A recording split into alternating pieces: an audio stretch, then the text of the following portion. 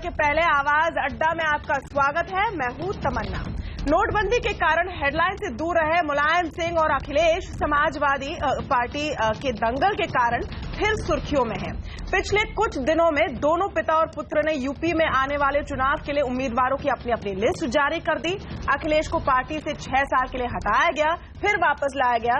अखिलेश ने शक्ति प्रदर्शन करके अपना बल दिखाया, अमर सिंह और शिवपाल को हटा दिया और चाचा राम गोपाल यादव तो अब तक शायद भूल गए होंगे कि वो समाजवादी पार्टी से कितनी बार हटाए गए हैं और वापस लाए गए हैं। इस सब के बीच में अब लड़ाई है समाजवादी पार्टी के चुनावी चिन्ह साइकिल के लिए। तो आखिरकार उत्तर प्रदेश में कौन करेगा साइकिल की सवारी?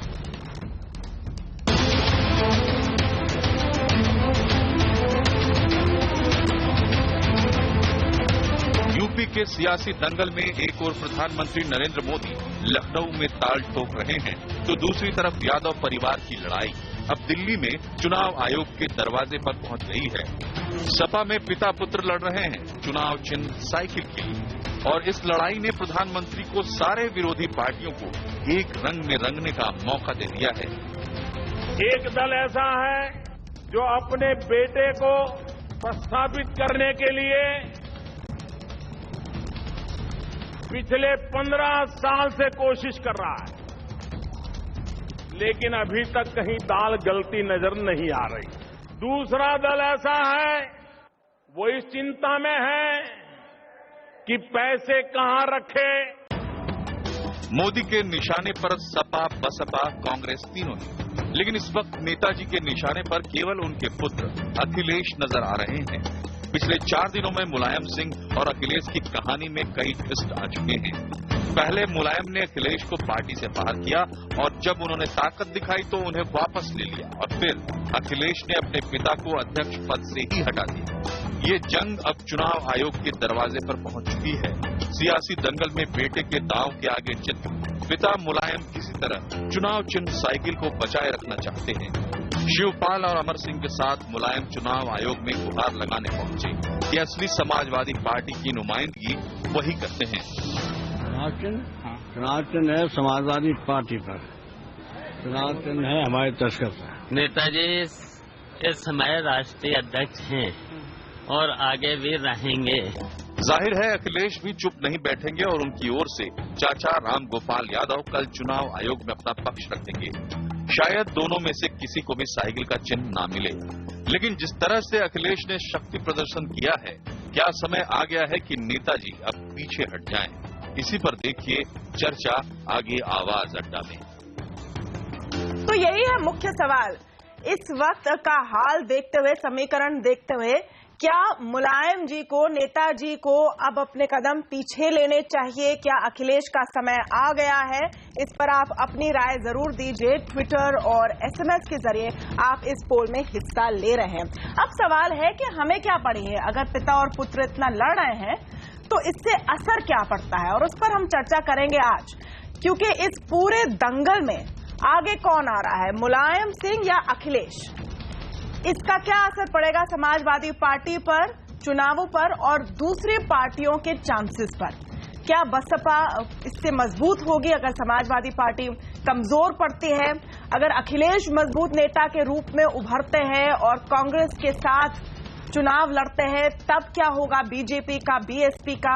इस सब पर हम चर्चा करेंगे आगे कार्यक्रम में। हम अब मिलवाते हैं आपको हमारे पैनल से। आज हमारे साथ जुड़े हैं बीजेपी के प्रवक्ता संबित पात्रा, समाजवादी पार्टी के प्रवक्ता संजीव मिश्रा से बात होगी कुछ ही देर में। कांग्रेस के प्रवक्ता आलोक शर्मा हमारे साथ हैं। वरिष्ठ पत्रकार शेष नारायण सिंह से आज बात हो रही है। firstpost.com के राजनीतिक संपादक संजय सिंह और साथ ही सीएनबीसी आवाज के प्रबंध संपादक आलोक जोशी भी हमारे साथ है। नए साल की आप सबको शुभकामनाएं। और सबसे पहले संबित पात्रा जी, इस नए साल के पहले अपने रैली में आज प्रधानमंत्री जी ने बात की विकास की, यही एक प्लैंक है अखिलेश का भी। अखिलेश और मुलायम की लड़ाई का आपको फायदा हो रहा है या नुकसान?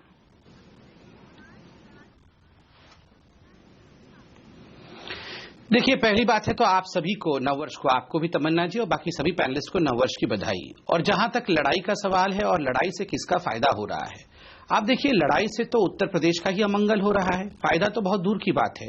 जैसे आज राजनाथ जी ने भी उत्तर प्रदेश लखनऊ के अपने रैली में कहा, इस दंगल से केवल और केवल उत्तर प्रदेश की जनता का अमंगल हो रहा है, क्योंकि जो समय गवर्नेंस के लिए खर्च होना चाहिए था, जो समय विकास के लिए अखिलेश जी को लगना चाहिए था, सारा तंत्र उत्तर प्रदेश के लिए कितना कुछ कर सकता था। ये कोई आज का दंगल तो नहीं है। आप और हम देख रहे हैं और साक्षी हैं कि विगत 6 महीनों से छुटपुट रूप से और उसके बाद विकराल रूप धारण करके ये पूरा दंगल चल रहा है। तो स्वाभाविक रूप से बहुत अरसे से उत्तर प्रदेश सफर कर रहा है, गवर्नेंस सफर कर रही है। उत्तर प्रदेश में समाजवादी पार्टी के तमाम जो नेतागण हैं, उनके प्रवक्ता है जो आज अखिलेश जी के साथ है, वो खुले डिबेट में आकर कह रहे हैं कि देखिए, ये जो कदम आज अखिलेश जी ने उठाया वो अनिवार्य था, क्योंकि परिवार में ही कुछ ऐसे लोग थे जो अखिलेश जी को काम करने का मौका नहीं दे रहे थे बतौर मुख्यमंत्री। तो खुद समाजवादी पार्टी और अखिलेश जी के प्रवक्ताओं ने ये स्वीकार लिया है कि विगत लगभग 4.5 वर्ष या 5 वर्ष ही कह लीजिए, 5 वर्षों से अखिलेश जी काम नहीं कर रहे। जी, ऐसा लग रहा है जैसे आप इस लड़ाई में अखिलेश के पक्ष में हैं। काम नहीं कर रहे। आपकी बातों से लग रहा है इस लड़ाई में आप अखिलेश के पक्ष में हैं, कि आप कह रहे हैं कि काम नहीं करने दिया जा रहा है। काफी एक इंटरेस्टिंग ना ये कमेंट है बीजेपी के प्रवक्ता की तरफ से। नहीं तमन्ना जी, शायद नहीं तमन्ना जी, शायद आप समझ नहीं पाई। मैं आपको समझा रहा हूं कि खुद समाजवादी पार्टी कह रही है कि अखिलेश जी काम नहीं कर पाए। मतलब वो तो खुद ही मान रहे हैं कि अखिलेश जी ने काम नहीं किया, और भारतीय जनता पार्टी भी तो यही कह रही है कि अखिलेश जी ने काम नहीं किया। तो काम नहीं करने का तो पश्चाताप भी होगा और सजा भी मिलेगी। आलोक शर्मा जी, आज आप ये सोच रहे हो कि काम नहीं करूंगा और कोई एक्सक्यूज ढूंढ लेगा, ऐसा तो नहीं होने वाला है। ओके, आलोक शर्मा जी, जो मूल सवाल है और जो हमारा पोल का भी सवाल है कि ऐसे समय पर जब अखिलेश ने शक्ति प्रदर्शन कर लिया है, क्या नेताजी को पीछे हट जाना चाहिए आपके मुताबिक? देखिए, मैं समझता हूं कि उनका वो अपना आंतरिक मामला है, कौन पीछे हटेगा कौन नहीं हटेगा। लेकिन उत्तर प्रदेश की जनता की भलाई के लिए जिस तरह से आज जो हालात वहां पर परिवार की लड़ाई की वजह से बने हैं, और पूरा मीडिया जिस तरह से मूल मुद्दों से हटकर कहीं ना कहीं पूरी तरह से परिवार की लड़ाई पर फोकस कर रहा है, जिसकी वजह से पूरा प्रदेश पिसता चला जा रहा है, क्योंकि वो देश के राज्य के मुख्यमंत्री हैं और उनके पिता हैं, और समाजवादी पार्टी के कुछ हद तक वो कुछ दिनों पहले तक वो जिस तरह से तथाकथित अध्यक्ष भी रहे हैं। मैं समझता हूं कि कहीं ना कहीं इससे उत्तर प्रदेश का नुकसान है, और अगर उत्तर प्रदेश का नुकसान है तो मुलायम सिंह यादव जी काफी वरिष्ठ नेता रहे हैं, उनको मैं समझता हूं कि आज इलेक्शन कमीशन में भी जाने की आवश्यकता नहीं थी। उनको कहीं ना कहीं या तो घर में सुलह करते, घर में सुलह नहीं हो रही थी। शक्ति प्रदर्शन जिस तरह से तमाम विधायकों के साथ हुआ है, उसके बाद भी अगर वो इस तरह से कर रहे हैं तो मैं समझता हूं कि कहीं ना कहीं वो कुल्हाड़ी में पैर मार रहे हैं। एक सामान्य सोच तो ये कहती है, लेकिन आज मुख्य मुद्दा ये है कि जो लोग आज वहां पर बड़ी बड़ी भाषण दे रहे हैं, जिस तरह से अभी बीजेपी के प्रवक्ता महोदय भी वहां के अमंगल की बात कर रहे हैं, अगर पूरे देश में आज किसी ने अमंगल किया है तो लच्छेदार भाषा में जिस तरह से चौकीदार महोदय प्रवचन दे रहे हैं, उस लच्छेदार भाषा ने कहीं ना कहीं मौखिक दंगल किया है, और मौखिक दंगल की वजह से पूरे प्रधानमंत्री ने कहा, जो प्रधानमंत्री ने कहा उस पर हम आगे आएंगे। जो मुख्य बात है आज की डिबेट पे, उस पर हम थोड़ा और फोकस करें, आगे हम इस पर आएंगे। संबित, आपको मैं जवाब देने का मौका भी दूंगी। हम इस बात पर भी आएंगे कि सुप्रीम कोर्ट ने जो आज फैसला दिया है यूपी के कॉन्टेक्स्ट में, उसको कैसे लागू करेंगे, सब पर हम आएंगे। लेकिन फिलहाल मुलायम और अखिलेश की बात थोड़ी और करते हैं, क्योंकि इसमें शेष नारायण सिंह जी, दोनों बीजेपी और कांग्रेस के प्रवक्ता कह रहे हैं, शुरू कर रहे हैं इस बात से कि उनका आंतरिक मामला है लेकिन दंगल खराब है, लेकिन दोनों पार्टियों के लिए ये लड़ाई इंपैक्ट करेगी या नहीं, बहुत नजदीकी से ये देख रहे हैं। क्योंकि अगर अखिलेश और मुलायम अलग होते हैं, अखिलेश अपनी पार्टी चलाते हैं, तभी वो राहुल गांधी के साथ चुनाव शायद लड़ेंगे, और बीजेपी को इसका फायदा होगा या नुकसान? जहां तक कांग्रेस को नुकसान का सवाल है, अगर लड़ाई हो गई तो वो तो उन्हीं के दोस्ती के बल पे पूरी अपनी यूपी की सियासत को कर रहे थे वो, तो उनका तो नुकसान साफ साफ नजर आ रहा है। इसलिए वो आलोक के मन में थोड़ा दर्द भी है। जहां तक बीजेपी के सवाल है, अगर ये लड़ाई सही अर्थों में हो जाती है, हालांकि मुझे लगता है लड़ाई नहीं है, खेल एक तरफा है, क्योंकि मुलायम सिंह यादव ने जिन लोगों को टिकट दिया था वो लोग भी उनके घर नहीं आए और वो सारे लोग अखिलेश यादव के घर पे जाके खड़े हो गए। और दूसरा ये कि शक्ति प्रदर्शन के लिए जो उन्होंने 5 तारीख की सभा बुलाई थी वो भी उन्होंने मुलतवी कर दिया है। मुलतवी क्या, कैंसिल हो जाएगी वो। तो इसमें हमें ऐसा लगता है कि अखिलेश जो हैं वो शिवपाल को अलग करके, और यहाँ पे यूपी के जानकार कई लोग बैठे हैं, आलोक जी हैं, संजय सिंह हैं, तो हमें जितना हम मुलायम सिंह को जानते हैं, मुझे लगता है कि वो तड़ाक से पलटी मारेंगे और शिवपाल को डांट लगे, कुछ नहीं तुम्हें मालूम, चलो देखो सब उसके साथ हैं, उसी में रहो, उसी में कल्याण है। तो सारा मामला जाके अमर सिंह के यहाँ अटकता है, क्योंकि अमर सिंह को अखिलेश ऐसा लगता है कि किसी कीमत पे एक्सेप्ट करने को तैयार नहीं होंगे। आज तक यहाँ तक समाजवादी की पार्टी का सवाल है, मुलायम सिंह उसमें भीष्म पितामह बनना चाहें तो ऑप्शन उनके पास है, वरना अडवाणी बन जाएंगे। और जहां तक बीजेपी का सवाल है, अगर ये लड़ाई जेन्युइन हो जाती है, दोनों पार्टियां दो फाड़ हो जाती है, सिंबल तो गया उनका, क्योंकि मुलायम सिंह वहां हो आए हैं, रामगोपाल कल जाएंगे। हम 2 बड़ी घटनाएं जानते हैं सिंबल फ्रीज होने का। 69 में गाय बछड़ा वो फ्रीज हुआ था, 2 बैलों की जोड़ी, इंदिरा गांधी को गाय बछड़ा मिल गया और कोर्ट ने तय किया कि इनको होना है। और दूसरी बार गाय बछड़ा फ्रीज हुआ 1978 में जी। तो ये तो फ्रीज होना ही होना है। लेकिन अब सवाल यह है कि जो 40, 45, 50 साल पहले सिंबल का महत्व था, आज वो महत्व नहीं है। आज मोदी जी की नक्शे कदम पे चलते हुए अखिलेश यादव ने उत्तर प्रदेश में जो विकास को एक शेप दिया है, तो अखिलेश यादव एक शेप बन चुके हैं, तो वो एक फ्रंट है उसमें। मुझे नहीं लगता कि वो लड़ाई करने की स्थिति में शिवपाल अमर सिंह का गोल है। और तीसरा ये है कि अब ये लड़ाई तिकोनी हो जाएगी और उसमें सबसे बड़ा नुकसान, सबसे बड़ा फायदा बीजेपी का ही होगा, क्योंकि जो मुस्लिम वोटर है, अगर अखिलेश फाइट में बने रहते हैं, हवा में नहीं उड़ जाते, तो वो फिर मायावती जी की तरफ एक तरफा शिफ्ट नहीं होगा। हालांकि उन्होंने 140 से ज्यादा उम्मीदवारों को, मुस्लिम उम्मीदवारों को टिकट दिया है। और अगर तिकोनी हो जाती है तो इट्स एनीबडीज गेम, फिर कोई भी ले सकता है। तो आज की तारीख में इलेक्शन सिंबल फ्रीज होगा अगर ये लड़ाई चली, और अगर इन लोगों ने एप्लीकेशन विड्रॉ कर ली तो फिर इलेक्शन सिंबल नहीं फ्रीज होगा। और इसमें तो कोई दो राय है ही नहीं कि अखिलेश यादव ही अब समाजवादी पार्टी के नेता हैं। और अगर वो अलग होते हैं तो जो उनका लैंड ऑर्डर का, बदमाशी का जो पार्टी इनकी सरकार पे चार्जेज हैं, वो सब शिवपाल यादव के मत्थे मढ़ देंगे और वो अपना मतलब वो एडवांटेज में रहेंगे। तो ये मुझे साफ साफ लगता दिख रहा है। इसमें एक और साइकिल न होने से बहुत फर्क नहीं पड़ने वाला। हमने देखा कि आज के 45-46 साल पहले जब 2 बैलों की जोड़ी गांधी जी और सरदार पटेल और जवाहरलाल नेहरू का इलेक्शन सिंबल सीज हुआ था, फ्रीज हुआ था, तो इंदिरा गांधी गाय बछड़े पे जीत के आ गई थी। तो वो मुझे लगता है कोई बहुत बड़ा इशू नहीं होने जा रहा है। साइकिल चली जाएगी, शायद मोटरसाइकिल आ जाए, पढ़े लिखे लोग, साइकिल चली जाए, शायद मोटरसाइकिल आ जाए, लेकिन इसमें कुछ भी आ जाए, लेकिन वो चेहरा होगा नरेंद्र मोदी। नरेंद्र मोदी, मायावती और अखिलेश यादव, 3 चेहरे होंगे, उनके साथ सिंबल कोई लगा दो, मुझे नहीं लगता कोई फर्क पड़ने वाला। संजीव मिश्रा का भी स्वागत करते हैं हम पैनल में। संजीव मिश्रा जी, आपकी पार्टी की बात हो रही है, आप उसमें हमें कोई जानकारी देना चाहें, क्या हो रहा है? ये सब असली है लड़ाई, नकली है लड़ाई, क्या है इसका अंत? कभी भी दे सकते हैं, लेकिन उसके पहले एक मैं एनालिसिस ले लेती हूं संजय सिंह से। इसमें एक जो इंटरेस्टिंग बात शेष नारायण सिंह जी ने कही कि मुलायम जी पलटी मार देंगे और कहेंगे शिवपाल को कि तुम्हें कुछ नहीं पता, और वो अब कितनी पलटियां होंगी, कितने बार? अब इतना कंफ्यूजिंग हो गया है, मुझे लगता है वोटर भी अब ट्रैक नहीं कर पा रहा है कि इस वक्त क्या हो रहा है और इसका क्या असर है क्रेडिबिलिटी पर एक पार्टी की।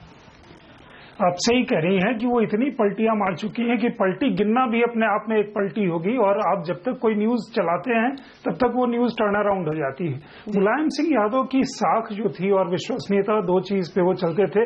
हालांकि ये काम वो बाकी पार्टियों के साथ हमेशा से करते आए हैं कि कुछ कहा, कुछ किया, कुछ फिर उसके साथ आए, फिर उससे अलग हुए।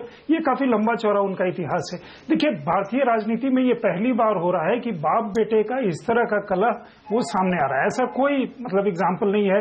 उन्होंने स्वयं अब अखिलेश को मुख्यमंत्री बनाया था 5 साल पहले, जबकि उस समय अखिलेश का कद ऐसा नहीं था। ठीक है, अखिलेश यादव का एक पिछला जो चुनाव हुआ था, जीत में एक उनकी भागीदारी थी। वहां से लेकर अभी तक, जिस समय वो बेटे को पार्टी से बाहर करते हैं, फिर पार्टी में लेते हैं, फिर बेटा उनको पार्टी से मतलब राष्ट्रीय अध्यक्ष के पद से पदच्युत कर देते हैं, उनको मार्गदर्शन मंडल में बिठा देते हैं, रामगोपाल यादव, मतलब इतनी सारी चीजें। इशू ये है कि लोगों के लिए क्या, देखिए आप रूलिंग पार्टी हैं, आपके परिवार का फ्यूड वहां के हर एक नागरिक को इम्पैक्ट करता है, गवर्नेंस को इम्पैक्ट करता है। और किसी भी प्रदेश में ये 3 महीने या 6 महीने से जो भी चल रहा है और आने वाले समय तक जब तक चुनाव के नतीजे नहीं निकल जाते हैं, भले ही लेमडक सरकार हो, वहां के लोगों को इम्पैक्ट करता रहेगा। ये जनता के लिए बर्दाश्त करना थोड़ा सा मुश्किल है। यहां से लेकर के आप आगे देखिए तो अखिलेश यादव उगते सूरज हैं, मतलब उनके घर पे 200 विधायक खड़े हो जाते हैं और मुलायम सिंह के सामने वो समस्या हो जाती है कि वो अपना अधिवेशन बुलाएं भी तो कैसे बुलाएं, तो वो बेटे के सामने एक तरह से सरेंडर करते हैं, उसके बाद इलेक्शन कमीशन जाते हैं। ये एक ऐसी स्थिति बन रही है यूपी में जिसमें समाजवादी पार्टी है और नहीं है, और है तो किसके साथ है, और जैसा पहले चला रही थी कि साइकिल किसके साथ है। मतलब ये कर करके वो एडवांटेज बीजेपी वो देते जा रहे हैं, क्योंकि बाकी जो भी सिचुएशंस हो, कम से कम सामने एक बीजेपी में, भले ही बीजेपी वहां पे किसी को अभी राजनाथ सिंह या किसी को प्रस्तुत न करी हो, लेकिन नहीं है, उनके मन में शायद राजनाथ सिंह का ही नाम है, और एकमात्र नाम मेरी जानकारी के हिसाब से जब भी चुनाव होगा और बीजेपी जीतेगी तो भले ही डिक्लेयर करें न डिक्लेयर करें, वो राजनाथ सिंह का ही होगा। लेकिन इसमें फिर भी मतलब जो मोदी की सभाओं में जिस तरह की भीड़ आ रही है, या बीएसपी अपने आप को शायद जिस तरह से रिग्रुप करना चाहिए था, जहां वो फोकस कर रहे हैं कि यहां से सपा से अगर मुस्लिम को लगता है कि ये स्पेंड फोर्स होगी तो मुस्लिम वोटर्स उधर जाएंगे, कांग्रेस को लगता है शार्ट टाई अप हो जाए तो उनकी कोई स्टैंडिंग मिल जाए। ये एक ऐसी स्थिति है जहां वोटर, हमने पिछले कई चुनावों में देखा है कि काफी पहले वो चुनाव के पहले अपना मन बना लेता है। बिहार चुनाव एकमात्र मुझे ऐसा एक एग्जांपल लगा जहां during course of election voters ने अपना मन किसी दूसरी पार्टी के लिए ज्यादा पक्का किया। यूपी में एक ऐसी परिस्थिति बन रही है जहां वोटर धीरे धीरे अपने मन स्थिति बना रहा होगा। संजीव मिश्रा जी, आप संजय सिंह की कमेंट्री सुन रहे थे और मुस्कुरा भी रहे थे, लेकिन उसका मूल जो एक मैसेज था यही है कि आपकी पार्टी में जो आपसी लड़ाई चल रही है उसका फायदा संबित पात्रा की पार्टी बीजेपी को जाने वाला है। नहीं तमन्ना जी, ये कैसे कह सकती हैं आप? आज जब उत्तर प्रदेश की राजधानी में प्रधानमंत्री जी बोल रहे थे तो पहली बार मुझे लगा कि उनका चेहरा बिल्कुल उतर गया, और नोटबंदी के कारण जिस तरीके के हालात बने हैं, और भारतीय जनता पार्टी को समझ में आ गया कि उत्तर प्रदेश में पिछली बार 3रे नंबर पे आया था, फिर 4थे नंबर पे आने जा रहे हैं। तो ये कैसे आप कह सकते हैं कि संबित पात्रा जी को लग रहा है कि बहुत साफ सी बात है, ये लोग भटकाने वाले लोग हैं। की एनालिसिस है कि बीजेपी को फायदा मिलेगा, इस एनालिसिस पर आपका व्यू मैं पूछ रही हूं संजीव मिश्रा जी, क्योंकि आपकी पार्टी पर वोटर क्यों भरोसा करें? कल कौन अंदर है कौन बाहर है, साथ में है नहीं साथ में है, कुछ क्लियर नहीं है। नहीं तमन्ना जी, अब तो सब कुछ क्लियर है। देखिए संजय सिंह जी के अपने विचार हैं, मैं उनके विचार को नहीं, क्लियर क्या है पहले वो बताएं। क्लियर क्या है पहले वो बताएं संजीव मिश्रा जी। विचार, अच्छा उनके विचार छोड़िए, आपने कहा सब कुछ क्लियर है, ये तो मुझे जानने में बहुत दिलचस्पी है कि सब कुछ क्लियर क्या है। हाँ, मैं बता रहा हूँ, थोड़ा सा धैर्य रखेंगे तो सब लोगों को समझ में आ जाएगा। देखिए उत्तर प्रदेश के मुख्यमंत्री इस समय समाजवादी पार्टी के राष्ट्रीय अध्यक्ष हो गए, और एक अधिवेशन हुआ एक कोरम के तहत, जहां 65% कोरम के लोग मौजूद थे, उनके साइन करा करके लोकसभा के सदस्य, विधानसभा के सदस्य, विधान परिषद के सदस्यों के साइन करा करके एक बाकायदा कोरम बन गया। अब उसके बाद चुनाव आयोग में अगर कोई भी जाता है तो निश्चित रूप से वहां पर भी उनको भी, अगर मान लीजिए वो पूछताछ करते दूसरे पक्ष को लेंगे, फिर दूसरा पक्ष अपना जवाब रखेगा, फिर दूसरे पक्ष से लेंगे, उसमें कोई दिक्कत नहीं है। प्रोफेसर साहब कल जाकर के ये सारे जो हस्ताक्षर रहित सहित वो चीजें हैं वो सब चुनाव आयोग में दे देंगे। जो 3-4 महीने का लगता समय, वो समय नहीं लगेगा, क्योंकि चुनाव आयोग के पास जब पुख्ता चीजें होंगी तो मुझे लगता है कि तुरंत निर्णय हो जाएगा, और 2-3-4 दिन का और समय है, ये सब कुछ ठीक हो जाएगा। ये तो भारतीय जनता पार्टी जैसे लोगों को और जैसे दलों को सोचने दीजिए कि बिल्ली के भागे से चीका फूटा जा रहा, वो तो यही सोच रहे थे। और उन्होंने कौन सा 2.5 साल में, वो पौने 3 साल में। अच्छा, आप बीजेपी पर शिफ्ट कर रहे हैं फोकस, आप बीजेपी पर शिफ्ट कर रहे हैं फोकस। संजीव मिश्रा जी, बहुत साफ सी बात कहना चाहता हूँ कि आप सबसे बड़े प्रतिद्वंदी पर अटैक करें, लेकिन ऐसा दल था जिस दल ने हमेशा इस बात को चाहा, ये उत्तर प्रदेश में ही नहीं, इन्होंने तमाम प्रदेशों में इस तरीके के हालात पैदा किए हैं। तमन्ना जी, गैर भाजपा शासित प्रदेश हैं, उनमें ये तोड़फोड़ कराते हैं। अरे वाह, में तोड़फोड़ कराते ये तो नया मैंने आरोप सुना है। संबित पात्रा, इसका आप जवाब दीजिए। संजीव मिश्रा कह रहे हैं कि आप लोगों का काम है कि पिता और पुत्र में लड़ाई हो रही है। नहीं, ये तो यहाँ तो बिल्ली के बाद से चीखा फूट रहा था, ये तो इसी उसमें मन जो बहस चल रहे हैं डिबेट। ओके, इनको जवाब देने दीजिए। संजीव मिश्रा जी, इनको जवाब देने दीजिए। संबित पात्रा ने आपकी पूरी बात सुनी, उनको जवाब देने दीजिए। हाँ, मैं बिल्ली और चीका पे भी बोलूंगा, थोड़ा धीरज से सुनिए। देखिए तमन्ना जी, ये जो डिबेट्स हो रही है इसमें एक बड़ा ही इंटरेस्टिंग पहलू देखने को मिल रहा है कि आप सवाल किसी से भी पूछिए, कांग्रेस से पूछिए, सपा से पूछिए, बसपा से पूछिए, तो वो एक कस्टमरी 2 लाइन बोलेंगे, ये तो उनके घर का आंतरिक मामला है, इस पे हम क्या बोलेंगे। बीजेपी वाले बड़े बदमाश है, सारा घर वही तोड़ते हैं, कोई डेवलपमेंट नहीं कर रहे हैं, मोदी जी कैसे प्रधानमंत्री बन गए, उनको तो प्रधानमंत्री नहीं बनना चाहिए था, ये तो अखिलेश जी को प्रधानमंत्री बनना चाहिए था। तो कुल मिला के जैसे ही सवाल कुछ भी हो, ये घुमा फिरा के तुरंत भारतीय जनता पार्टी पे आ जाएंगे। यही दिखाता है कि इनके मेन प्रतिद्वंदी कौन है, इनको डर किससे है। इनको अगर हमसे डर नहीं होता तो ये हमारे बारे में बात क्यों करते। अगर हम इलेक्शन नहीं जीत रहे होते तो मायावती जी ने बुला के उनके प्रवक्ता को और अखिलेश जी ने बुला के संजीव जी को सिखाया होगा ना, अरे सुनो संजीव जी, तुमको आपको कुछ भी पूछा जाए, कांग्रेस सपा बसपा किसी पे मत बोलना, अटैक कर देना मोदी जी पे, क्योंकि वही जीतने वाले हैं, किसी भी कीमत पे उनको परास्त करना है। तो इसीलिए तो आदरणीय संजीव जी हम पे अटैक कर रहे हैं। दूसरी बात है, देखिए बड़ा विषय यही है, अब पिता पुत्र में भी हम ही ने गठबंधन कर दिया, हम ही ने तोड़ दिया। मैं तो संजीव जी से कह रहा हूं, अगर उत्तर प्रदेश में सब कुछ हम ही लोग कर रहे हैं, पिता पुत्र को भी हम ही चला रहे हैं, तो सरकार छोड़ दीजिए ना, फिर आप क्यों सरकार चला रहे हैं। कुछ भी आप नहीं कर रहे, सब कुछ हम कर रहे हैं। घर में क्या खाना बनेगा, कितनी लड़ाई होगी, यह भी हम तय कर रहे हैं। तो आप क्या कर रहे हैं, आप तो बता दीजिए। हाँ, ये बिल्ली भी रह गई। आप क्या कर रहे हैं, बिल्ली पे भी जवाब देना। बिल्ली बहुत 3 बार बिल्ली आपने बोला, आप क्या कर रहे हैं। सुनिए सुन लीजिए। बिल्ली रहेगा। तमन्ना जी, बिल्ली पे जवाब देना बहुत अनिवार्य है। ये छीका और बिल्ली, सुनिए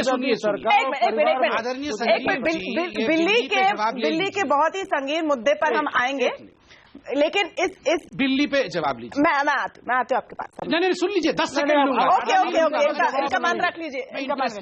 संबित पात्रा जी के पास जवाब नहीं है। अच्छा, इनका सुन लीजिए, क्या कहना चाहते हैं। डेवलपमेंट किया आपने, अरे यहाँ उत्तर प्रदेश के हालात। अच्छा, एक मिनट संजीव मिश्रा जी, एक मिनट, लास्ट उनकी लाइन सुन लीजिए संजीव मिश्रा जी, लास्ट इनकी लाइन सुन पाएंगे ना तमन्ना जी, हवाबाजी नहीं सुन पाएंगे, या तो मेरी भी बात आने दीजिए। बहुत आपकी बात भी आएगी, आपकी बात भी आएगी। इनका एक लास्ट लाइन सुन लीजिए, आपकी बात आएगी। 273 किस प्रकार की भाषा का प्रयोग हो रहा है, पूरा सुन लीजिए, गोद लेते हैं। सुन लीजिए मेरी बात तमन्ना जी। अरे ऐसा मत कीजिए, बड़े प्यार से सबकी बात सामने आ रही है। मैं कंप्लीट कर लूँ, इस प्रकार से तो डिबेट नहीं हो पाएगी। ओके समय, प्लीज कंप्लीट एक लाइन में, आई रिक्वेस्ट। देखिए, चूंकि आपने मुझे 3 बार बिल्ली की हाँ, आपने 3 बार बिल्ली के बारे में पूछा कि जवाब नहीं दे रहे, मैं जवाब देता हूँ।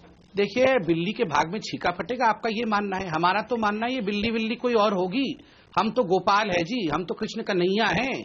हम यहाँ पिरामिड बनाएंगे, चढ़ के मक्खन भी खा जाएंगे, छीका टूटने की जरूरत नहीं है, छीका बांध के ही रखिए। छीका बाप बेटे का तो आप ही तोड़ रहे हैं, क्यों तोड़ रहे छीका? देखिए, ये आप बांध नहीं पा रहे, छीका टूट रहा नहीं है।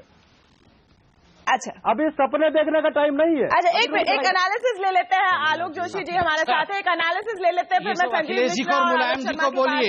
एक मिनट, या अखिलेश जी को और मुलायम जी को बोलिए। आलोक जी, इस पॉइंट पर जो संबित कह रहे हैं कि आप किसी से कुछ भी पूछ लीजिए, और कम से कम इस डिबेट में अब तक तो ये हुआ है, एडमिट करना पड़ेगा। आलोक शर्मा से मैंने सवाल पूछा, फिर मैंने संजीव मिश्रा से सवाल पूछा, उन्होंने अपना जवाब दिया, और फिर सीधे आ गए प्रधानमंत्री के स्पीच पर, उन पर अटैक करने का। क्या सबसे बड़े प्रतिद्वंदी के रूप में बीजेपी को ये पार्टियां मान रहे हैं, इसमें कोई शक? इसमें कोई शक क्यों होना चाहिए। भारत की राजनीति में इस वक्त केंद्रीय पार्टी भारतीय जनता पार्टी है। नरेंद्र मोदी अब तक के आज की तारीख में अगर आप जिन नेताओं को सामने रखें, भारत में सबसे लोकप्रिय प्रधानमंत्री के तौर पर सामने हैं। उनका जो पर्सोना है, जिस तरह के वक्ता हैं, सामने जाते हैं, जनता को मोहित करते हैं। उत्तर प्रदेश में मैं नहीं था, लेकिन लखनऊ में जिन लोगों से मेरी बात हुई, तो जिस तरह की भीड़ होती है, आज की इनकी रैली की भीड़ बीजेपी के लिहाज से बहुत बड़ी भीड़ थी। यहां मौजूद दूसरी पार्टियों के नेता शायद न माने, ये जो मैदान है बहुत बड़ा मैदान है। इस मैदान को सिर्फ मायावती की रैली में भरा हुआ देखा जाता है। आज भी ये मैदान पूरा भरा हुआ नहीं है, कुछ उसमें इंजीनियरिंग का इस्तेमाल भी किया गया है भीड़ ज्यादा दिखाने के लिए, लेकिन फिर भी ये काफी बड़ी भीड़ है। और इस परिस्थिति में अगर नरेंद्र मोदी के जाने पर वहां इतनी बड़ी भीड़ जमा हो रही है, तो ये भारतीय जनता पार्टी के लिए अपनी पीठ ठोकने लायक बात है। और दूसरी पार्टियां, सभी जो भी पार्टियां वहां चुनाव में हैं, उनके सामने बीजेपी एक फोर्स तो है ही। सवाल यही है कि क्या बीजेपी का मुकाबला उत्तर प्रदेश की किसी एक पार्टी से डायरेक्ट होने जा रहा है, या उसे वहां 2 या 3 पार्टियों के साथ लड़ना पड़ेगा। अगर वहां समाजवादी पार्टी, बहुजन समाज पार्टी या समाजवादी पार्टी के 2 अलग अलग फैक्शंस और बहुजन समाज पार्टी और कांग्रेस और शायद लोकदल भी ये अलग अलग बिखर के लड़ रहे होंगे और सामने बीजेपी होगी, तो इसका एडवांटेज साफ साफ बीजेपी को मिलने जा रहा है। इसमें मुझे बहुत शक नहीं लगता है। अभी तक की स्थिति में समाजवादी पार्टी नाम का जो संगठन था, उसका बहुत बड़ा हिस्सा, लगभग पूरी की पूरी पार्टी अब अखिलेश यादव के साथ है। इसमें भी किसी को कोई शक नहीं होना चाहिए। लेकिन अगर मुलायम सिंह यादव अलग खड़े होते हैं, शिवपाल सिंह यादव के साथ कुछ लोगों को टिकट दिलवा देते हैं, कहीं किसी को समर्थन देते हैं, तो वो एक कंफ्यूजन जरूर क्रिएट होगा वोटर के मन में, जिसका नुकसान अखिलेश यादव को हो सकता है। हालांकि जैसा अभी शेष नारायण जी ने कहा, पिछले काफी समय से मुलायम सिंह यादव जिस तरह से फ्लिप फ्लॉप करने के लिए मशहूर हैं, इसमें अब उन्हें समझ में आ जाना चाहिए कि अखिलेश के पीछे कितना समर्थन उनकी पार्टी के अंदर है। और हो सकता है अगले 2-4 दिन में हम देखें कि वो वापस अखिलेश के साथ आ गए हैं। उन्होंने मार्गदर्शक का पद स्वीकार कर लिया है। शिवपाल सिंह यादव के लिए 1 सीट और उनके कुछ साथियों के लिए 2-4 सीटों का सौदा हो जाए और समाजवादी पार्टी अपने यूनिफाइड स्वरूप में सामने हो, तब शायद वो सीधी टक्कर में होगी। क्योंकि अखिलेश अगर अपर हैंड में है, अखिलेश अकेले हैं, तो अखिलेश का अपना एक वोट बेस है। अखिलेश का अपर हैंड है पार्टी में, तब भी अखिलेश का वो वोट बेस अखिलेश के साथ होता है। और वो काफी एक मजबूत वोट बेस इसलिए है कि वो समाजवादी पार्टी का पारंपरिक वोटर नहीं है। वो अखिलेश से अट्रैक्ट होकर समाजवादी पार्टी के साथ आया है और ये फ्लोटिंग वोट है जो किसी पार्टी को जिताता है या हराता है। लेकिन ये एक एडवांटेज के साथ एक डिसएडवांटेज भी हो सकता है। क्या इसमें ये भी डर है? और संजीव मिश्रा जी, आप जब आपका खेमा या कहे आपकी वाली समाजवादी पार्टी जब अंदरूनी अपना गणित कर रही है, तो क्या ये बात भी है विचार में कि जो आपका ट्रेडिशनल कोर वोटर है, MY कॉम्बो है, मुस्लिम यादव वोट का कॉम्बो है, क्या वो बिना नेताजी के अखिलेश को वोट देंगे, जो एक अलग प्लेटफॉर्म पर अब खड़े हैं, वो विकास की बात कर रहे हैं, यूथ की बात कर रहे हैं, वो आपका जो ट्रेडिशनल पारंपरिक वोटर है, वो क्या आपके पास अभी भी आकर्षित है, आपके पास है? तमन्ना जी, एक चीज क्लियर कर दूं, आपका बड़ा चैनल है और लाखों आपके दर्शक हैं। एक चीज बता दूं कि अखिलेश यादव जी जब मुख्यमंत्री हुए हैं और उसके बाद से जो भी डेवलपमेंट हुआ, उसमें यह नहीं देखा गया कि कौन से वर्ग और किस जाति के आदमी को हम फायदा पहुंचा रहे हैं।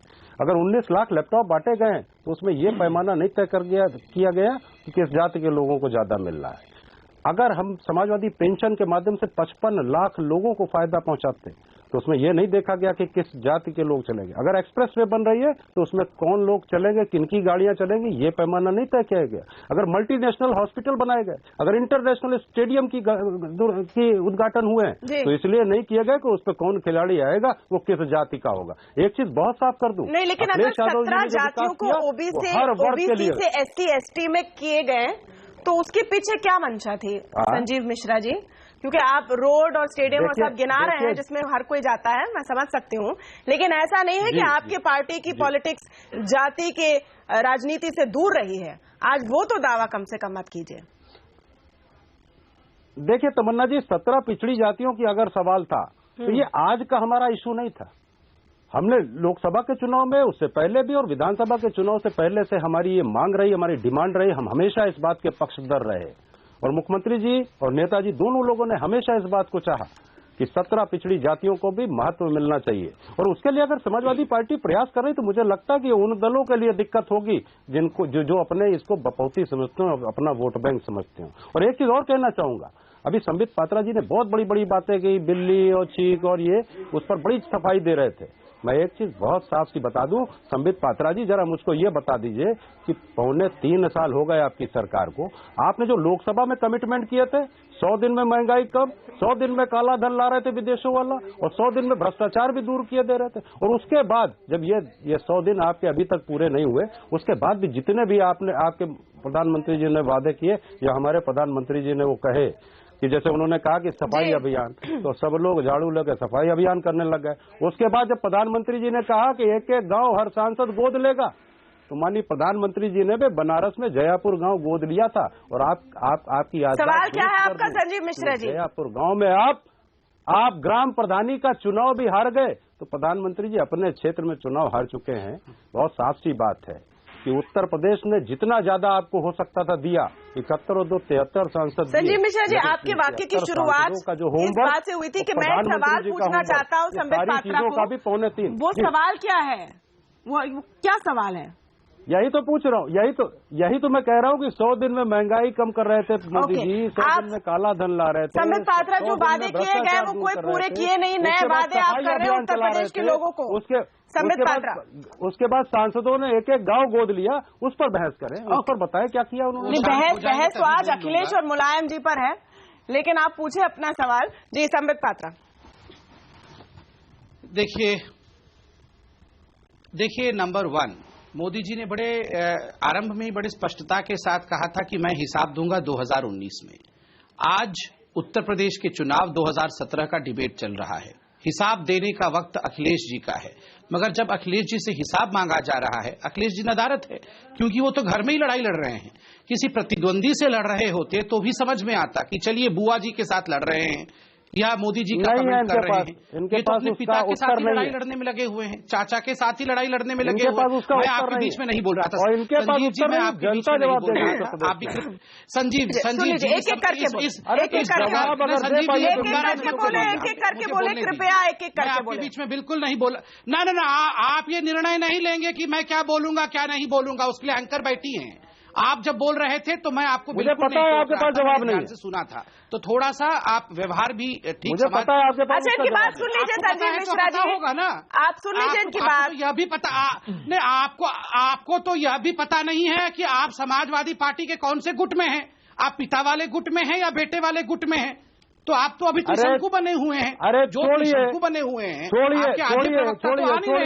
ये कहकर कि हम नहीं, अभी अब हम नहीं आ सकते हैं। आपके पास जवाब नहीं है। क्यों छोड़िए? संबित पात्रा जी, आपके पास जवाब है अभी। आप लटके हुए हैं, जवाब जब मांगेगी ना, आप बीच में। अच्छा, एक मिनट, ऐसा नहीं करेंगे प्लीज। आप दोनों जेंटलमैन, दोनों सज्जन से मेरी रिक्वेस्ट है। अच्छा देखिए, नया साल है, अरे इनके पास आराम से बात करें, बहुत दंगल लड़ने हैं आगे, एक एक करके। ओके संबित, प्लीज अपना जो पॉइंट है संबित पात्रा जी उसको कंक्लूड कीजिए अपना पॉइंट कि क्या है, किस तरह से आपके लिए प्ले आउट होता है ये लड़ाई जो चल रही है परिवार में, इसका आप पर क्या असर है? तमन्ना जी, बाकी पैनलिस्ट भी हैं जी, आ रहे हो आपके पास। तमन्ना जी, मैं कंक्लूड कर रहा हूं, मगर टीवी के माध्यम से लोग भी देखते हैं कि बाकी लोगों का व्यवहार कैसे होता है। मैंने एक शब्द नहीं बोला जब दूसरे प्रवक्ता बोलते हैं, मगर देखिए जरा समाजवादी पार्टी किस प्रकार विघ्न डालने का काम करती है। मैं इतना कहना चाहता हूं कि आज अखिलेश यादव को डेवलपमेंट के बारे में बात करनी चाहिए थी। कर रहे हैं क्या किसी रैली में डेवलपमेंट के बारे में बात? वो जाके यही बता रहे हैं कि शिवपाल यादव जी ने भटका दिया नेताजी को, फलाने आदमी ने नेताजी के कान में कुछ चुगली कर दी। तो ये मुख्यमंत्री का काम यही है क्या कि पिता को किसने भटकाया, पिता ने किसकी बात सुनी ये बताना, या कितने सड़कें दी, बिजली क्यों नहीं है? आज अगर उत्तर प्रदेश में हम घुसते हैं तो सड़कों का वो हाल है कि आपको हम बयान नहीं कर सकते। आप और हम में से हर कोई उत्तर प्रदेश से जा चुका है होते हुए और सड़कों का हाल देख चुका है। तो आज ये जो ध्यान नाकामियों को छुपाने की जो कोशिश अखिलेश जी कर रहे हैं, उसका भी सिला अखिलेश यादव जी को मिलेगा। और एक बात यह भी ध्यान रखिए, मैं आपको एक उदाहरण देकर समझाता हूं, आप समझेंगे इस बात को। चंद दिनों पहले एक पूजा स्थल में स्टैम्पीड हुआ था उत्तर प्रदेश में। एक रिपोर्ट आया था टाइम्स ऑफ इंडिया का, वो रिपोर्ट बहुत महत्वपूर्ण था। स्टैम्पीड होने का कारण बताएगा कि पुलिस कर्मी नहीं थे, क्योंकि डीजी पुलिस, डीएम और सभी लोग खुश करने गए हुए थे। या तो अखिलेश जी को खुश करना है इस कैंप को, या तो शिवपाल जी को खुश करना है उस कैंप को। तो पूरी प्रशासन तो खुश करने में लगी हुई है। प्रशासन पर असर पड़ा है, कह रहे संबित पात्रा।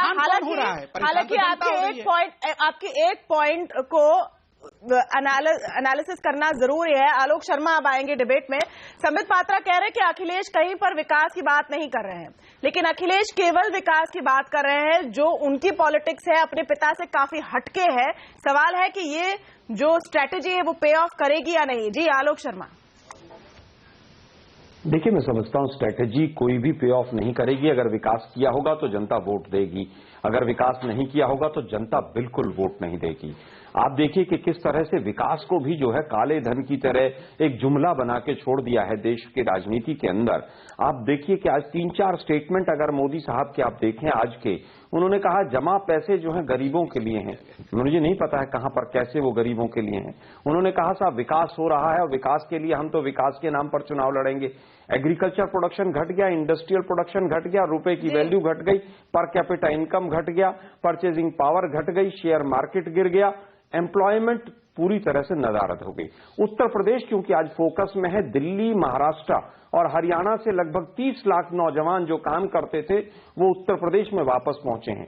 उत्तर प्रदेश में नोटबंदी के बाद से 2 करोड़ से ज्यादा लोग बेरोजगार हुए। तो विकास कहां हुआ है? फिर बात आई सवाल है कि क्या आपके मुताबिक अखिलेश यादव ने उत्तर प्रदेश में 5 साल में विकास का कार्य किया है या नहीं? अखिलेश के विकास पर आपकी क्या व्यू है? मेरे व्यू बिल्कुल क्लियर कट हैं कि जिस तरह से जो वायदे समाजवादी पार्टी ने किए थे उनमें से ज्यादातर पूरे नहीं हुए। और अगर ऐसा हुआ होता तो शायद विकास के तमाम जो पैरामीटर्स हैं, इंडिकेटर्स हैं, उनमें उत्तर प्रदेश आज भी पिछड़ा हुआ नहीं रहता। लेकिन दुर्भाग्य है, देश के प्रधानमंत्री जो आज लच्छेदार भाषा में कह रहे थे कि 14 वर्ष का वनवास, अरे भाई पिछले 27 साल में आपने सपा के साथ भी सरकार चलाई, बसपा के साथ भी सरकार चलाई, आपने स्वयं भी सरकार चलाई, लगभग 9 वर्षों तक केंद्र में भी 27 साल में आपकी सरकार रही। उसके बावजूद अगर उत्तर प्रदेश में विकास का वनवास रहा तो उसमें कौन जिम्मेदार है? मैं समझता हूं पूरी तरह से आज मोदी जी ने जिस तरह से बात की है। और एक सवाल आपने तमन्ना जी और पूछा कि हर व्यक्ति बीजेपी को ही क्यों टारगेट कर रहा है। उसका कारण है उत्तर प्रदेश ने बीजेपी को 73 सांसद दिए थे।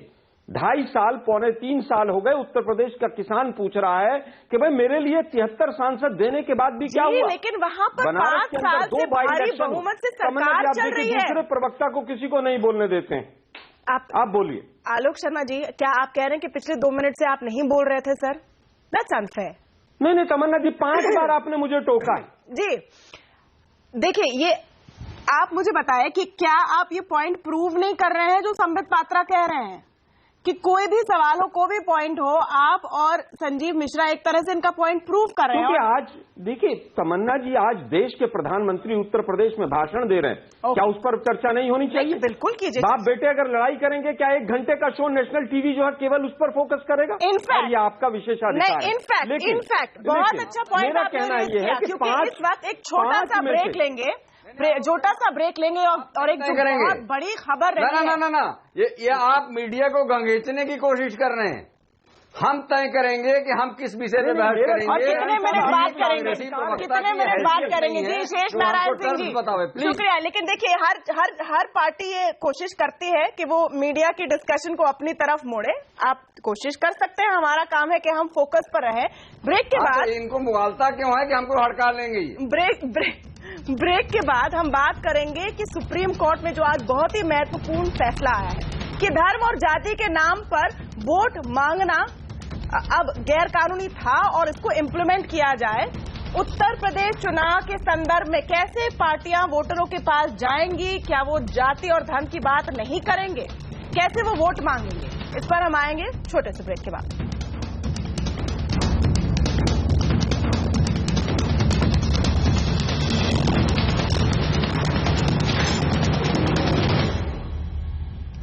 सुप्रीम कोर्ट के 7 जजों के बेंच ने आज मेजॉरिटी से 4-3 के मेजॉरिटी से आज फैसला सुनाया कि जाति और धर्म के नाम पर वोट मांगना गैरकानूनी है।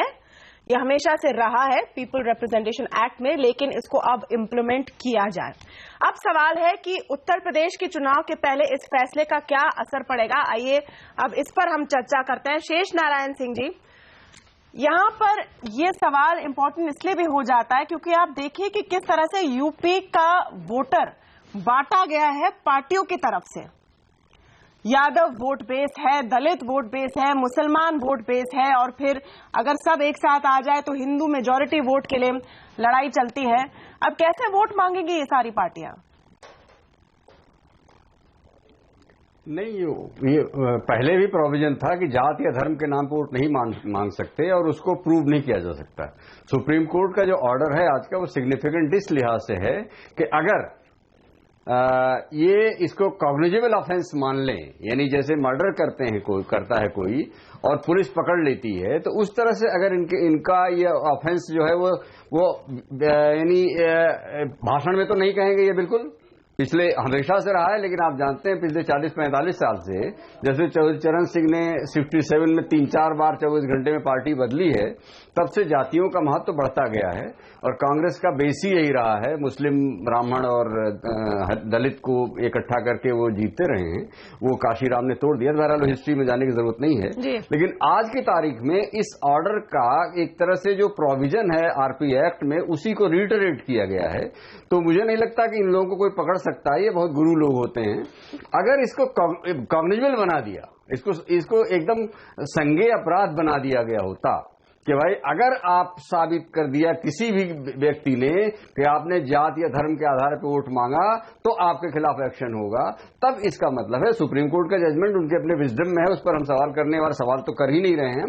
हम अपना ऑब्जर्वेशन हमारा ये है कि इससे मुझे नहीं लगता कि जाति और धर्म के नाम पर वोट लेने वाले, मांगने वाले या देने वालों पर कोई फर्क पड़ने जा रहा। लेकिन संजय सिंह जी, ये अब एक ऑफेंस बना दिया गया है, इस रूल को फॉलो करना है। कैसे ये लोग करेंगे? क्योंकि सीधे तौर पर कोई वोट नहीं मांगता, अलग अलग तरीकों से ये मैसेज दिया जाता है। सही कह रही है। देखिए, मुझे जो आज के वर्डिक्ट में इंटरेस्टिंग चीज लगती है कि ये ऑलरेडी आरपी एक्ट धारा 100 उनका जो 125 है उसके तहत और आईपीसी के 153A के तहत ये ऑलरेडी कॉग्निजेबल ऑफेंस है, जहां 3 साल की सजा और फाइन दोनों है। अगर आप इलेक्शन कमीशन ऑफ इंडिया के वेबसाइट पे जाएं तो उन्होंने जितनी तमाम वो लिस्ट बना रखी है जिसमें वो करप्ट प्रैक्टिसेस और वो ऑफेंसेस की लिस्ट है, उसमें टॉप पे है, ये नंबर 1 पे है उस पूरी लिस्ट में, जहां लगभग 50 ऑफेंसेज और करप्ट प्रैक्टिसेस की बात की गई है, वहां नंबर 1 पे है। तो ऑलरेडी ये एक एग्जिस्टिंग प्रोविजन है। दूसरी अहम चीज ये है कि सुप्रीम कोर्ट ने ये जो कहा है, ये वाइल रिविजिटिंग जो हिंदुत्व वाली बात कही गई थी, वे ऑफ लाइफ, उसके बारे में अभी तक का जो जजमेंट का जो भी एक्सर्प्ट्स है उसमें प्रकाश नहीं डाला गया। तो पूरे जजमेंट को आने दीजिए, उसके बाद इसकी टोटलिटी पता चलेगी कि कैसे इंप्लीमेंट होगा।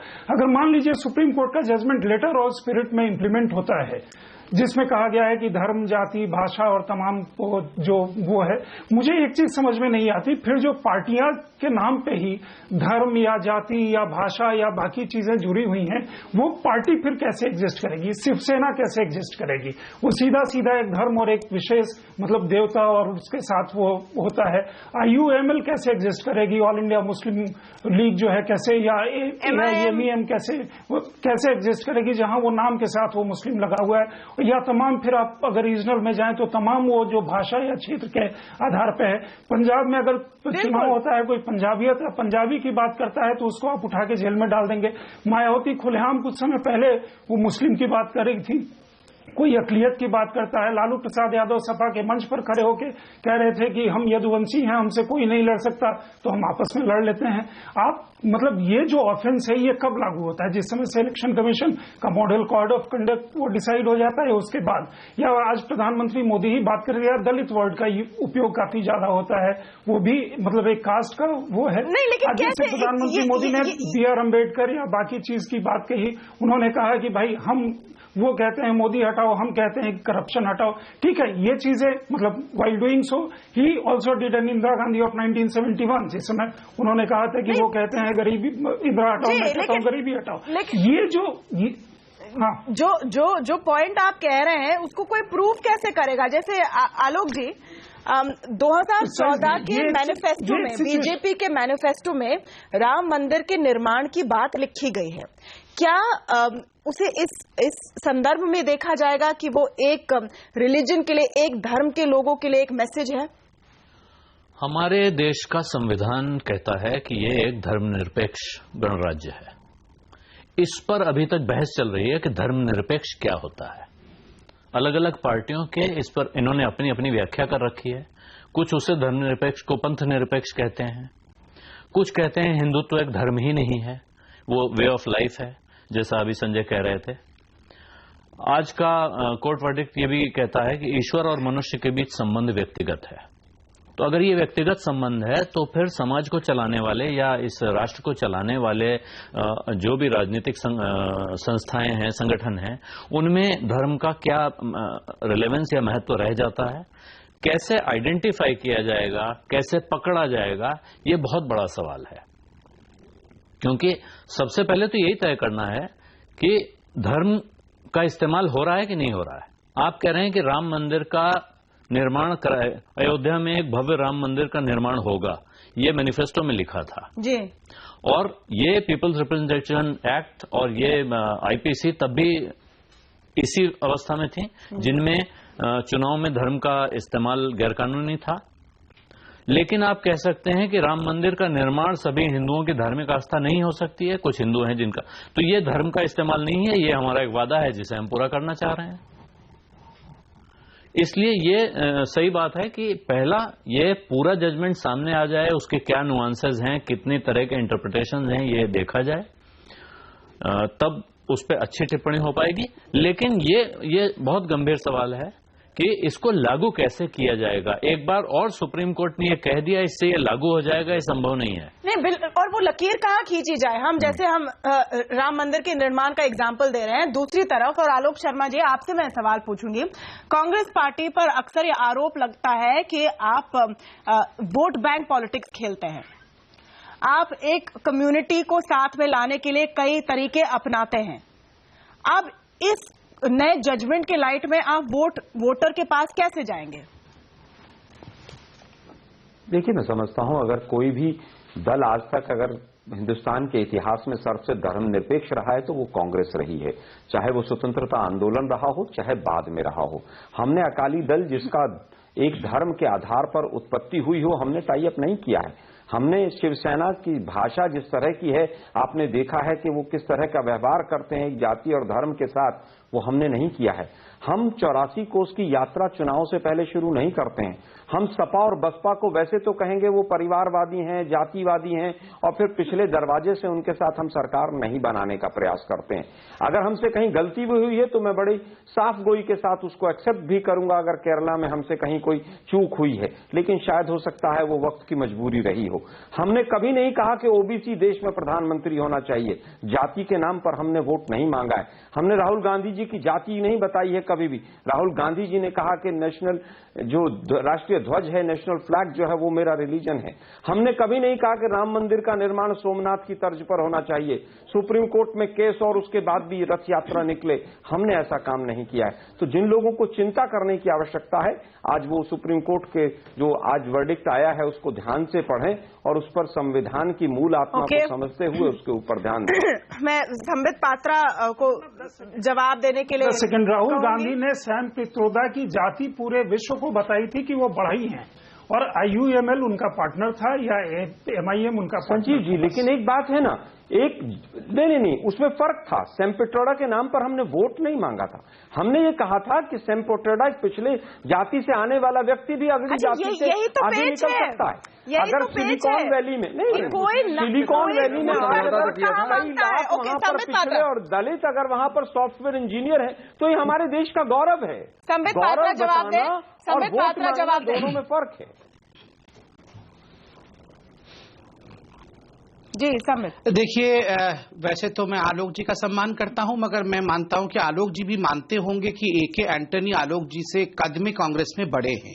तो ए.के. एंटनी जी ने 2014 के कांग्रेस के चुनावी हार के पश्चात एक रिपोर्ट सबमिट किया है।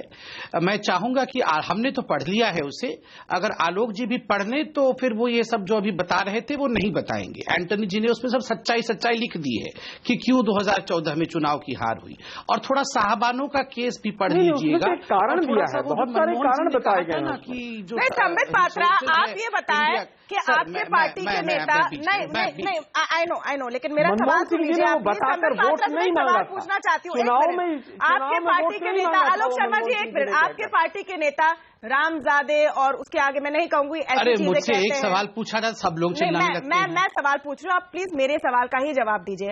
आपके पार्टी के कुछ नेता, मैं एक मात्र महिला हूं इस पैनल पर, तो मैं उम्मीद करती हूँ कि हम जाने के मैं सवाल पूछ रही हूँ।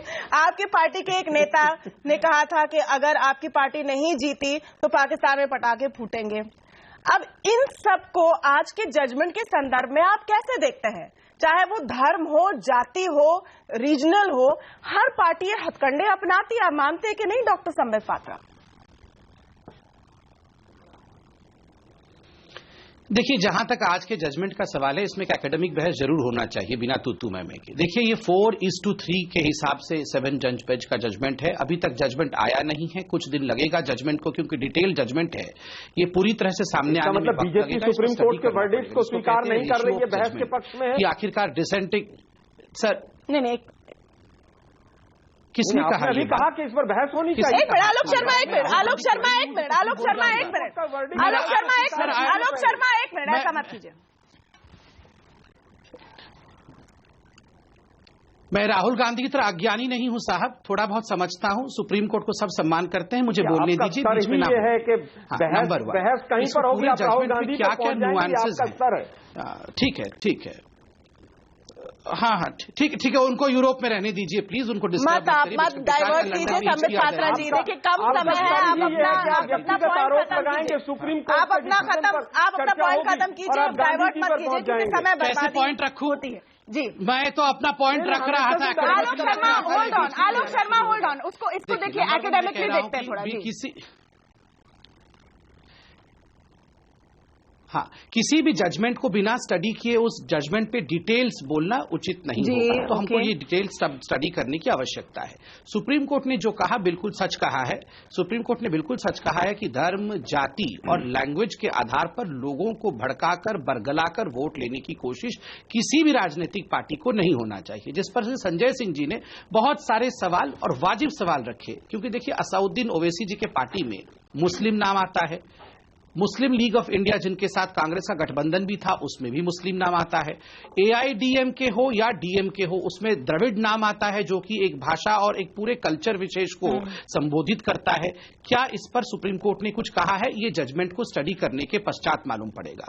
दूसरा, जो एक मेजर कंटेंशन यहां पे बहुत लोग जो उठाने की कोशिश कर रहे हैं कि हिंदुत्व को क्या रिविजिट किया गया। अभी तक जो भी मैंने पॉइंटर्स देखे हैं उसमें हिंदुत्व पे रिविजिटिंग पे कुछ भी नहीं देखा है। आपको याद दिलाऊं कि जहां तक हिंदुत्व का जजमेंट 1995 में 5 जज बेंच जो महाराष्ट्र के चुनाव के पश्चात मनोहर जोशी जी के चुनाव में आया था, उसने 3 प्रीवियस जजमेंट को कोट किया था। तीनों प्रीवियस जजमेंट आया है ना, हम चर्चा कर रहे हैं 1970। ओके, संजीव मिश्रा जी क्यों नहीं चर्चा?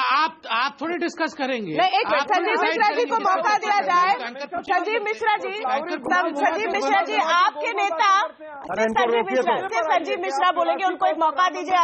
संजीव मिश्रा जी, आपके नेता अखिलेश अब एक नया फॉर्मूला अपना रहे हैं कि आप प्रिपेयर्ड होके नहीं आते हैं। संजीव मिश्रा जी की आवाज हम सुनेंगे प्लीज, आखिरी 2 मिनट में। आपके नेता अब जाति की बात नहीं कर रहे हैं, वो धर्म की बात नहीं कर रहे हैं, वो विकास की बात कर रहे हैं, लेकिन क्या उत्तर प्रदेश का वोटर इसके लिए तैयार है? संजीव मिश्रा जी देखिए, तमन्ना जी, मैं शुरू में ही आपको बता चुका हूं कि समाजवादी पार्टी और अखिलेश यादव जी के नेतृत्व में 4.5 साल में जो डेवलपमेंट हुए, उन्हें सबको मैंने गिनाया कि किसी भी तरीके की कोई जाति विशेष के लिए इस तरीके का कोई काम समाजवादी पार्टी ने नहीं किया, बल्कि सारे वर्गों को विकास के लिए, डेवलपमेंट के लिए उन सब वर्गों को टच किया जो इस धरती पर है, उत्तर प्रदेश की धरती पे है। बहुत साफ सी बात है, ये 2014 के लोकसभा चुनाव में भी सुप्रीम कोर्ट का एक वर्डिक्ट आया था, एक डिसीजन भी आया था कि पॉलिटिकल पार्टीज में कोई भी ऐसे अनुशासनिक संगठन नहीं होंगे जो किसी भी जाति विशेष के नाम से बनाए गए हों।